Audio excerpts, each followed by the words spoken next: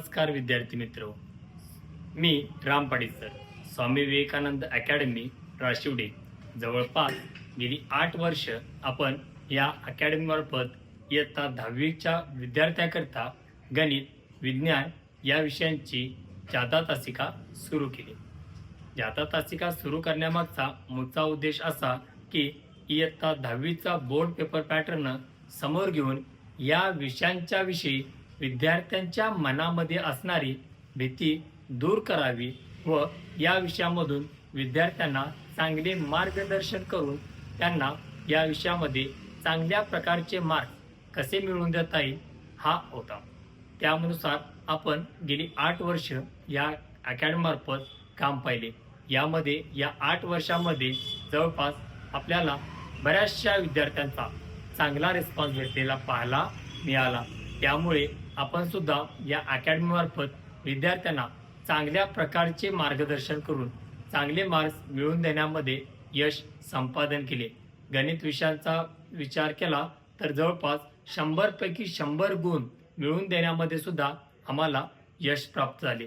त्याचबरोबर विज्ञानासारख्या थोडासा किचकट वाटणारा जरी विषय असला तरी या विषयामध्ये सुद्धा जवळपास 99 गुणापर्यंत आपल्या विद्यार्थ्यांना गुण मिळालेले पाहायला मिळतील. इंग्रजीमध्ये 95+ विद्यार्थी आपले गुण मिळवून चांगल्या प्रकारचा निकाल इयत्ता 10वी मध्ये दाखवू शकलेले आहेत.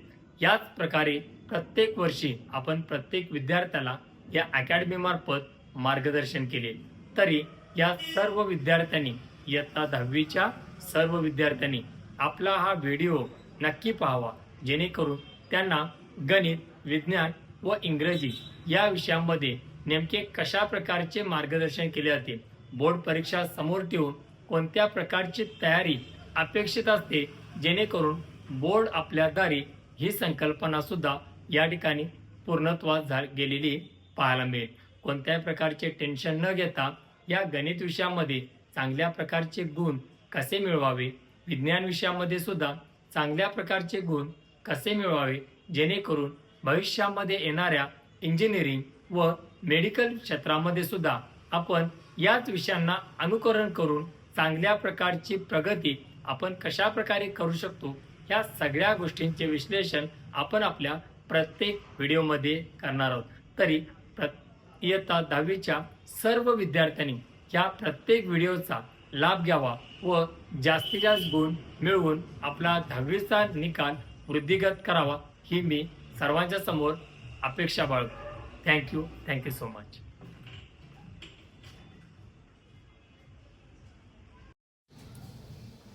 त्यानंतरचा पाठ पहा, अंकगणिती श्रेणी. अंकगणिती श्रेणी या पाठाची तयारी करत असताना एकूण आपल्याला 6 घटकांची तयारी करायची आहे. यामध्ये पहिला पॉईंट कोणता आहे पहा, अंकगणिती श्रेणी आहे की नाही ओळखायचे. 1 मार्काचा प्रश्न विचारला जातो. याच्यामध्ये जर आपल्याला सामान्य फरक स्थिर पाहायला मिळाला तर ती श्रेणी अंकगणिती श्रेणी आहे असे आपण म्हणतो. दुसरा प्रश्न, ए व डी ची किंमत, ए म्हणजे पहिले पद, डी म्हणजे सामान्य फरक ची किंमत दिली असता अंकगणिती श्रेणी तयार करायची आहे. तुम्हाला 1 किंवा 2 मार्काचा प्रश्न विचारला जातो. जर ती श्रेणी अंकगणित श्रेणी असेल तर पुढील पदे काढा. मग ती 2 असतील, 3 असतील, 4 असतील, या पद्धतीचा प्रश्न आपल्याला प्रश्नपत्रिकेमध्ये विचारलेला पाहायला मिळेल. नेक्स्ट, अंकगणिती श्रेणीचे n वे पद म्हणजेच Tn बरोबर a अधिक n वजा 1 d या सूत्राचा वापर करून आपण बरीचशी गणितं सोडवलेली आहेत पहा. त्या गणितांची ओजनी व्यवस्थित करावायची आहे.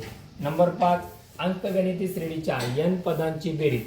सूत्र याचं तुम्हाला माहिती आहे पहा, Sn बरोबर n/2 कंसात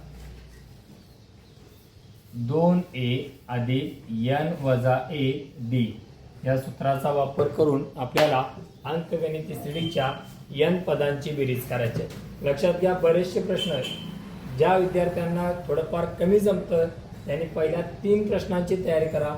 ज्या विद्यार्थ्यांना या गणित श्रेणीच्या पाठामध्ये काही अडचण नाही त्यांनी प्रत्येक 6 पॉईंटवरती प्रत्येकी 2 ते 3 एक्झाम्पल पाहायचे, जेणेकरून प्रत्येक प्रश्नाचे आपल्याला ओजनी पार्ट क्लिअर करून घेता येईल. सगळ्यात शेवटी शाब्दिक गणित आहेत. शाब्दिक गणित सोडवण्यासाठी आपल्याला अंकगणित श्रेणीचे n वे पद आणि अंकगणित श्रेणीच्या n पदांची बेरीज बेरीज या दोन सूत्रांचा वापर करायचा आहे. मुलांचा प्रॉब्लेम कुठे येतो पहा, या ठिकाणी आपल्याला कोणतं सूत्र वापरावं हे समजत नाही. याच्यासाठी एक शॉर्ट ट्रिक लक्षात ठेवते. अंकगणित श्रेणीचे n वे पद म्हणजे एका पर्टिक्युलर ठिकाणची किंमत विचारलेली असेल तर आपल्याला अंकगणित श्रेणीच्या n व्या पदांची किंमत शाब्दिक गणितामध्ये विचारलेली असेल. अंकगणित श्रेणीच्या n पदांची बेरीज सगळी किंमत जर विचारली असेल, टोटल किंमत जर विचारली असेल तर n पदांची बेरीज सूत्र वापरायचं आहे. एक उदाहरण घेऊ आपण. समजा एखाद्या सभागृहामध्ये 26 रो मध्ये आपल्याला खुर्च्या बसवलेल्या आहेत.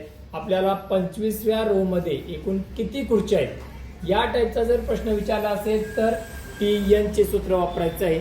आणि एकूण सभागृहात किती खुर्च्या, अशा पद्धतीचा जर प्रश्न विचारलेला असेल तर मात्र आपल्याला अंकगणित श्रेणीच्या n पदांच्या बेरीज या सूत्राचा वापर करायचा आहे.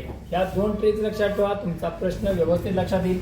3 किंवा 4 मार्कासाठी या ठिकाणी हा प्रश्न विचारला जातो. शाब्दिक गणित असू द्या, अंकगणित श्रेणीचे n वे पद घ्या किंवा अंकगणित श्रेणीच्या n पदांची बेरीज घ्या, याला आपल्याला जास्तीत जास्त फोकस करावे लागेल, जेणेकरून आपल्याला गणितमध्ये आउट ऑफ मार्क काढण्यासाठी सुद्धा कोणताही प्रॉब्लेम येणार नाही.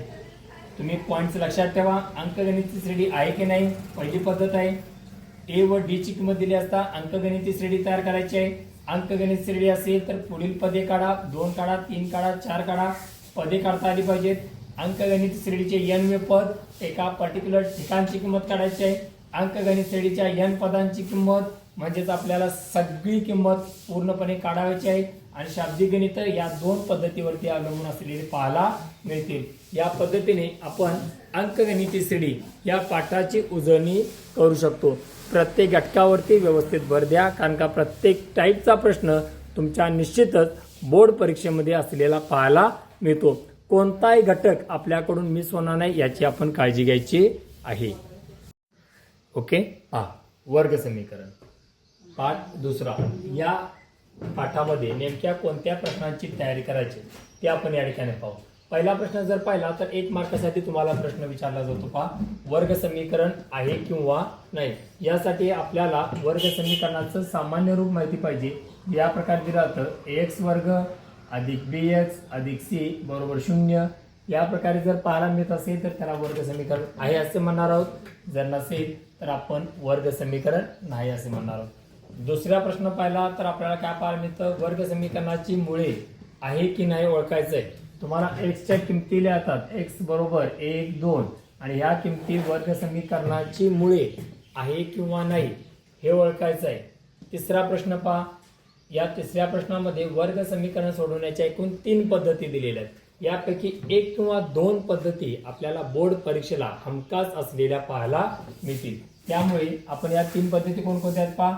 अवयव पद्धती. अवयव पद्धती तुमच्या पुस्तकामध्ये पहिल्यांदाच सोडवलेली 5 गणित आहेत. ती 5 गणित व्यवस्थित वाचा. 5 पद्धतीची ती गणित आहेत. त्या पद्धतीने जर आपण अभ्यास केला तर याच्यापेक्षा वेगळं एक सुद्धा गणित विचारलं जात नाही. पूर्ण वर्ग पद्धती आपल्याच पुस्तकामध्ये 2 गणित सोडून दिलेले आहेत. एक म्हणजे आपल्याला सविस्तर माहिती सोडून पूर्ण वर्ग पद्धतीने गणित सोडून दिलेलं आहे. दुसरं शॉर्ट ट्रिक वापरून सोडून दिलेलं आहे. या पद्धतीने जर सोडवला तर पूर्ण वर्ग पद्धती या ठिकाणी आपल्याला वापरता येईल. सूत्र पद्धती, सूत्राचा वापर करून सोडवायचं आहे. सूत्र कोणतं असणार आहे, एक्स बरोबर वजा बी अधिक वजा वर्गमुळात बी वर्ग वजा 4ac छेद 2a या सूत्राचा वापर करून आपल्याला गणित सोडवायची आहे. लक्षात घ्या पाहणो, या तिन्हीपैकी एका पद्धतीवरती जास्त भर दिली जाणार आहे. 3 पैकी एक पद्धत तरी तुम्हाला बोर्ड परीक्षेला पाहायला मिळते. मे बी एखाद्या वेळेस 2 पद्धती सुद्धा विचारल्या जाऊ शकतात. चौथा पॉईंट कोणता आहे बघा, विवेचक किंवा मुळांचे स्वरूप. सगळ्यात जास्त वेळेस विचारलेला प्रश्न आहे, सगळ्यात सोपा प्रश्न आहे. विवेचकाचं सूत्र काय पहा, विवेचक बरोबर बी वर्ग वजा 4ac दिलेल्या समीकरणाची वर्ग समीकरणाची तुलना करायची आहे. दिलेल्या वर्ग समीकरणाची तुलना करायची आहे आणि तुलना करून पहिल्यांदा a b c च्या किमती काढायच्या आहेत.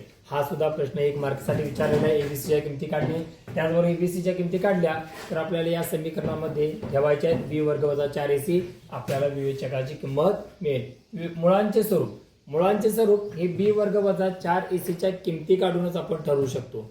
मुळाची किंमत धन येत असेल मुळाची किंमत ऋण येत असेल आणि मुळांची किंमत 0 येत असेल तर नेमके मुळांचे स्वरूप या पुस्तकामध्ये दिलेल्या पहा या तिन्हीपैकी एक मुळांचे स्वरूप आपल्याला परीक्षेसाठी विचारले जाते.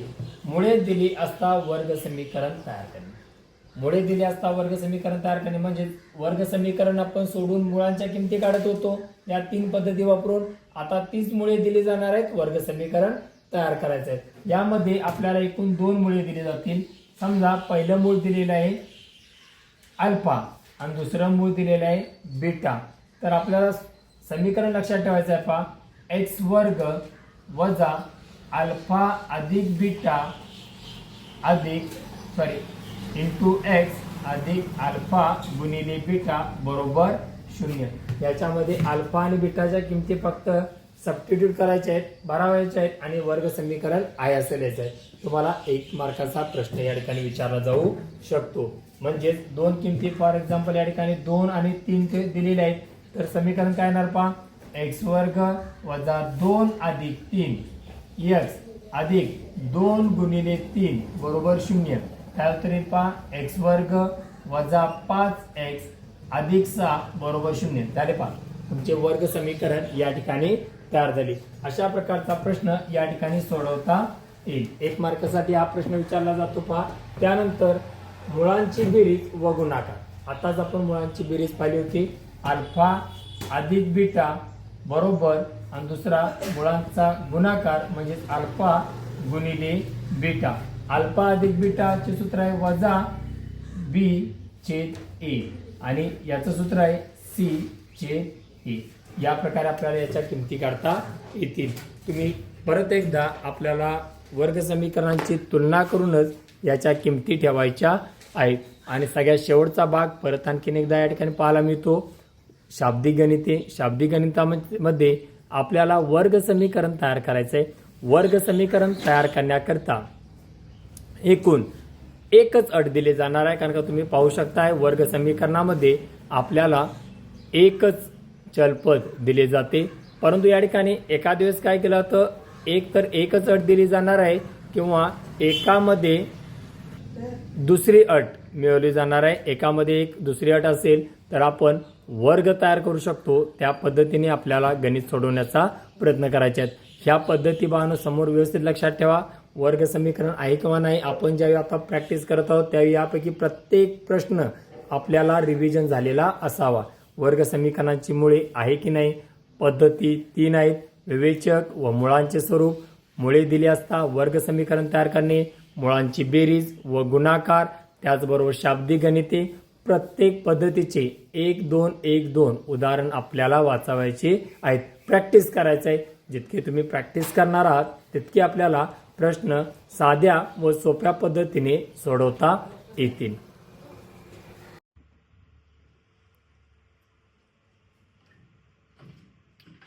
नमस्कार विद्यार्थी मित्र, आज आपण या ठिकाणी इयत्ता 10वी मधील गणित भाग 1 या विषयाची उजळणी पाठ पाहणार आहोत, जेणेकरून येणाऱ्या पेपरसाठी आपल्याला या विषयाची चांगल्या प्रकारे योग्य तयारी करून घेता येईल. या उजळणी पाठामध्ये जर आपण पाहिले तर एकूण 6 पाठांचा समावेश असलेला पाहायला मिळेल. यामध्ये 2 चलातील रेषीय समीकरणे, वर्ग समीकरण, अंकगणित श्रेणी, अर्थनियोजन, संभाव्यता व सांख्यिकी या पाठांचा समावेश असलेला पाहायला मिळेल. हा पेपर एकूण 40 गुणांसाठी विचारला जातो. याचा प्रश्नपत्रिका आराखडा जर आपण विचारात घेतला तर रिकाम्या जागा भरा, 1 गुणांचे प्रश्न, 2 गुणांचे प्रश्न, 3 गुणांचे प्रश्न व 4 गुणांचे प्रश्न पाहायला मिळतात. जर आपण 2 आणि 3 गुणांच्या प्रश्नाचा विचार केला तर यामध्ये काही कृतीपत्रिका आराखडा सुद्धा आपल्याला दिलेला आहे, जेणेकरून या विषयामध्ये आपण चांगल्या प्रकारे मार्क सुद्धा मिळवू शकतो. बऱ्याचशा विद्यार्थ्यांना गणित विषयामध्ये भीती निर्माण होते, कारण का या विषयामध्ये वेगवेगळ्या प्रकारचे सूत्र, वेगवेगळ्या प्रकारचे समीकरण, वेगवेगळ्या प्रकारचे प्रमेय समोर आल्यामुळे विद्यार्थ्यांना याची थोडीशी भीती निर्माण झालेली पाहायला मिळते. परंतु आज आपण या विषयामध्ये अशा प्रकारचं नियोजन करणार आहोत जेणेकरून कोणत्याही न येणाऱ्या विद्यार्थ्याला सुद्धा चांगल्या प्रकारे या विषयामध्ये गुण प्राप्त झालेले पाहायला मिळतील. तरी आपण या पाठाची सुरुवात करत असताना पहिल्या पाठाचे या ठिकाणी उजळी पाठ पाहणार आहोत. तो म्हणजे दोन चलातील रेषीय समीकरण. पहा, यामध्ये दोन चलातील रेषीय समीकरणामध्ये आपल्याला सामान्य रूप दिलेले आहे. पहा, सर्व विद्यार्थ्यांना माहिती असेलच सामान्य रूप ax अधिक by अधिक c बरोबर 0. येथे x आणखी y ही दोन चल पदे आहेत. तर a b c या वास्तव संख्या असलेल्या पाहायला मिळतील. यामध्ये पहिला प्रश्न विचारला जातो, दिलेले समीकरण दोन चलातील रेषीय समीकरण आहे की नाही ओळखा. आपण एक उदाहरण घेऊ म्हणजे तुमच्या लक्षात येईल. 3m अधिक 4n बरोबर 7. यामध्ये जर आपण पाहिले तर m आणखी n ही दोन चल पदे आहेत व त्यांचा घातांक सुद्धा आपल्याला एक असलेला पाहायला मिळतो. म्हणून हे दोन चलातील रेषीय समीकरण आहे असे आपण म्हणणार आहोत. जवळपास हा प्रश्न 1 मार्कासाठी 1 गुणाकरता बोर्ड परीक्षेत विचारला जाईल. दुसरा उदाहरण घेऊ एखादा आपण. 0x अधिक 7y बरोबर 5. यामध्ये पहा मित्र, x चा सहगुणक 0 दिलेला आहे, y चा सहगुणक 7 दिलेला आहे. दॅट मीन्स हे पूर्ण पद या ठिकाणी 0 झालेले पाहायला मिळेल. म्हणजेच या ठिकाणी एकमेव y हे चल पद अस्तित्वात असलेले पाहायला मिळते. त्यामुळे याला आपण दोन चलातील रेषीय समीकरण नाही असे म्हणणार आहोत, कारण का या समीकरणामध्ये फक्त y हे चलपद असलेले पाहायला मिळते. हे कोणताही प्रश्न घ्या, हा 1 मार्कसाठी आपल्याला बोर्ड परीक्षेत विचारलेला पाहायला मिळेल. पुढच्या प्रश्नामध्ये आपल्याला एक सामायिक समीकरण सोडवायचे. एक सामायिक समीकरण सोडवायचे. खूप चांगल्या पद्धतीने ही समीकरण जर आपण सोडवली तर यामध्ये जास्तीत जास्त गुण आपण प्राप्त करू शकतो. एक उदाहरण घ्यायचं झालं तर आपण या ठिकाणी 3x अधिक 2y बरोबर 7 हे पहिलं समीकरण आपण कन्सिडर करू व 2x अधिक 5y बरोबर 3 हे दुसरे समीकरण कन्सिडर करू. या एक सामायिक समीकरणांच्या मध्ये आपल्याला दोन पद्धतीचीच गणित सोडवायची आहेत. यामध्ये तुम्ही पाहू शकता या ठिकाणी आपण x चा सहगुणक थोडासा बदलू. x चा सहगुणक 1 कन्सिडर करू. पहा, या ठिकाणी x चा सहगुणक 3 दिलेला आहे, या ठिकाणी x चा सहगुणक दिलेला नाही, म्हणजे या ठिकाणी त्याचा 1 हा सहगुणक दिलेला आहे. जर आपण 1 ला 3 ने गुणले तर दोन्ही x चा सहगुणक समान होतो. म्हणजेच पहिली पद्धत आपली असणार आहे चल पदांचे सहगुणक समान करून x आणि y म्हणजे चल पदांच्या किमती काढायच्या आहेत. म्हणून आपण काय करू, समीकरण 3 ला